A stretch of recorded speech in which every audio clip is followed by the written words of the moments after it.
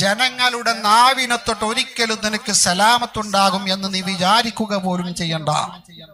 ഒരിക്കലും നിനക്ക് മോചനമുണ്ടാകുമെന്ന് നീ വിശ്വസിക്കണ്ട. അത് മൗഢ്യമാണ്, വിശ്വസിക്കാൻ പാടില്ല. നീ നന്മ ചെയ്താലും തിന്മ ചെയ്താലും അതിലൊക്കെ പ്രതികരിക്കുന്ന, അനുകൂലമായിട്ടും പ്രതികൂലമായിട്ടും പ്രതികരിക്കുന്ന ഒരുപാട് ആളുകൾ നിനക്ക് കാണാം. നീ നന്മ ചെയ്യുന്നവനാണെങ്കിലും ആ നന്മയ്ക്ക് എതിരെ പ്രവർത്തിക്കുന്നവരെ അല്ലെങ്കിൽ പ്രതികരിക്കുന്നവരെ കാണാം. നീ തിന്മ ചെയ്യുന്നവനാണെങ്കിൽ അതിനെയും സപ്പോർട്ട് ചെയ്തുകൊണ്ട് സംസാരിക്കുന്നവരെ നിനക്ക് കാണാം, എതിർക്കുന്നവരെയും കാണാം. ഇങ്ങനെ ഏത് ചെയ്താലും അവിടെയൊക്കെ ജനങ്ങളുടെ നാവ് അതിനെ തൊട്ട് ഒരിക്കലും നിനക്ക് സലാമത്തുണ്ടാവുകയില്ല. ആ ഒരു ബോധം നിന്റെ മനസ്സിൽ എപ്പോഴും ഉണ്ടാകണം. പണ്ടിവിടെയോ ഒരു പുസ്തകത്തിൽ വായിച്ചു തോർക്കുകയാണ്, ഒരു കഴുതപ്പുറത്ത് സഞ്ചരിച്ചൊരു വാപ്പയുടെയും മകന്റെയും കഥ. ആ കഴുതപ്പുറത്ത് രണ്ടുപേരും കയറി ഒന്നിച്ച് സഞ്ചരിച്ചപ്പോൾ ഒരു വിഭാഗം ആളുകൾ പറഞ്ഞു, എന്ത് ദുഷ്ടന്മാരാണ്, ഒരു പാവപ്പെട്ട കഴുതയുടെ പുറത്ത് വാപ്പയും മകനും ഒന്നിച്ച് കയറി യാത്ര ചെയ്യുന്നു.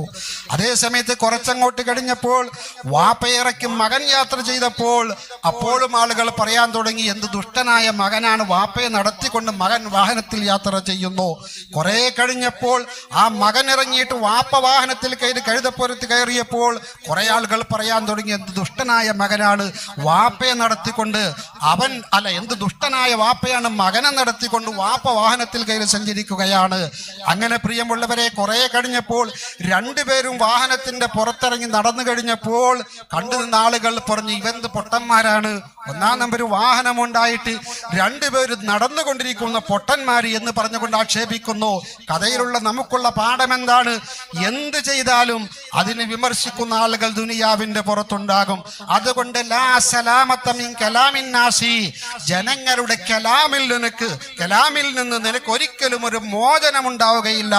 അതുകൊണ്ട് ജനങ്ങളുടെ കലാമിലേക്ക്, സംസാരത്തിലേക്ക്, വർത്തമാനങ്ങളിലേക്ക് മാത്രം നോക്കാതെ ആരംഭപ്പൂവായ റസൂലുള്ളാഹി സ്വല്ലല്ലാഹു അലൈഹി വസല്ലമ തങ്ങൾ നിനക്ക് പഠിപ്പിച്ചു തന്ന, അവിടുത്തെ അനുയായികളും അതുപോലെ തന്നെ സഹാബികളും താബിഈങ്ങളും താബിഉകളും ഒക്കെ നിനക്ക് കാണിച്ചു തന്ന സൽപാന്താവ്, അതിൽ നിനക്ക് ശരിയായിട്ട് തോന്നുന്നത് നീ ഉൾക്കൊണ്ടുകൊണ്ട് ജനങ്ങളുടെ വാക്കുകളിലേക്ക് നോക്കാതെ നീ മുന്നേറി കഴിഞ്ഞാൽ നിനക്ക് സമാധാനം ലഭ്യമാകുന്നതാണ്, നിന്റെ മനസ്സിന് ശാന്തി ലഭിക്കുന്നതാണ് എന്നാണ് മഹത്വക്കളായ ആളുകൾ ഈ പറഞ്ഞതിന്റെ താല്പര്യം. എന്റെ പ്രിയമുള്ള സഹോദരന്മാരെ, അതുകൊണ്ട് ഭൗതിക ലോകത്ത് ഇതുപോലത്തെ ആത്മീയ മജ്‌ലിസുകളിലൂടെ നമുക്ക് മനസ്സിന്റെ സമാധാനം നേടിയെടുക്കാൻ കഴിയണം.